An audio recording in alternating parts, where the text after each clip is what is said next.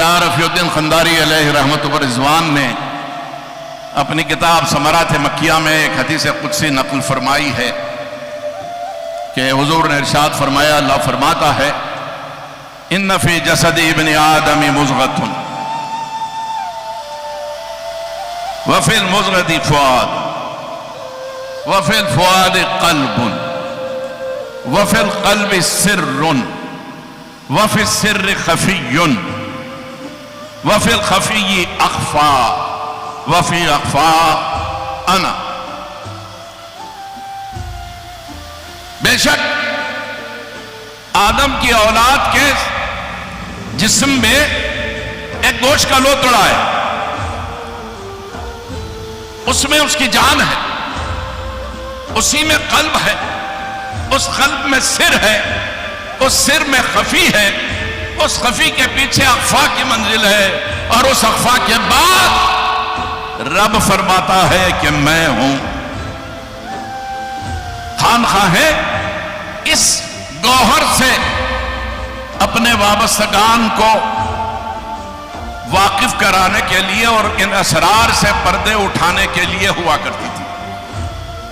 بلا شبہ اولیاء اکرام نے صدیوں یہ کام انجام دیا، اور آج بھی الحمدللہ یہ کام جاری و ساری اور انشاءاللہ قیامت تک رہے گا۔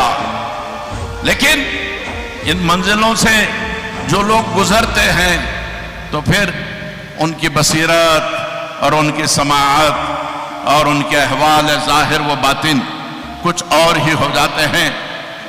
جو لوگ اللہ کے کرم سے حبیب پاک صلی اللہ علیہ وسلم کی نالین مقدسہ کے صدقے و طفیل اس گوہر سے روشناس ہوئے تو پھر وہ حدیث کے مصداق ہوئے کہ قلب المومن عرش اللہ۔ جس کو قلب کی اس حقیقت کا پتہ چل گیا۔ بایزید بستامی کے دور میں کسی نے خواب دیکھا کہ وہ اپنے سر پر عرش الہی کو اٹھائے چل رہا ہے۔ خواب کا روب دبدبہ جلال ایسا تھا کہ نیند ٹوٹی، خواب سے بیدار ہونے کے بعد بھی جسم جرجریاں لے رہا تھا، راشا سا طاری تھا، روب اور دبدبے سے جسم لرزہ باندام تھا۔ صبح اٹھا تو شہر کے بڑے بڑے اکابر علماء سے اور ان کی نظر میں جو اہل دل تھے ان سے مسئلے کو رجوع کیا کہ میں نے کل رات ایسا خواب دیکھا، میں بندہ گندہ، وہ بارگاہ قدس، بھلا کیا رشتہ کیا تعلق؟ کسی نے کہا کہ اس خواب کی تعبیر تمہیں ابو یزید با یزید کے پاس ہی ملے گی، چلے جاؤ۔ سفر کر کے اپنے شہر سے حضرت بایزید کے پاس پہنچا۔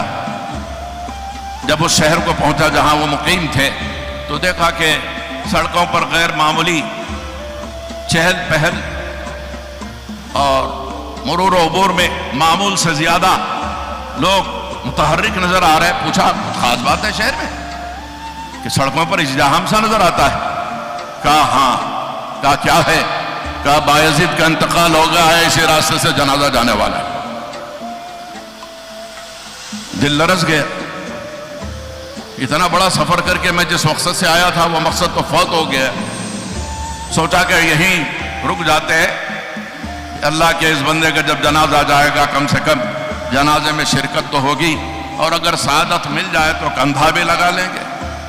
وہیں رکے رہے یہاں تک کہ جنازہ آیا، اور جنازے کو کچھ قداور لوگ اٹھائے ہوئے تھے۔ یہ بھی دھکم پیل میں کندھا لگانے کے شوق میں جنازے تک پہنچے، اور کسی نے پیچھے سے ایک ایسا دھکا دیا کہ جنازے کے ٹھیک جب پہنچے تو ہاتف غیبی نے صدا دی، غیب سے آواز آئی کہ نادان، تو نے جو خواب دیکھا تھا اس خواب کی تعبیر یہی ہے کہ یہ بایزید اللہ کا وہ بندہ ہے کہ جس کا قلب عرش الہی ہے۔ جو خواب تو نے دیکھا تھا کہ سر کے اوپر عرش الہی ہے، اس خواب کی تعبیر یہی ہے۔ نہ جانے کیسی کیسی ہستیاں اس عالم فانی میں آئیں اور اس باقی کے پیام کو دنیا والوں کے دلوں میں ایسا اتار دیا کہ وہ بھی باقی باللہ ہو گئے۔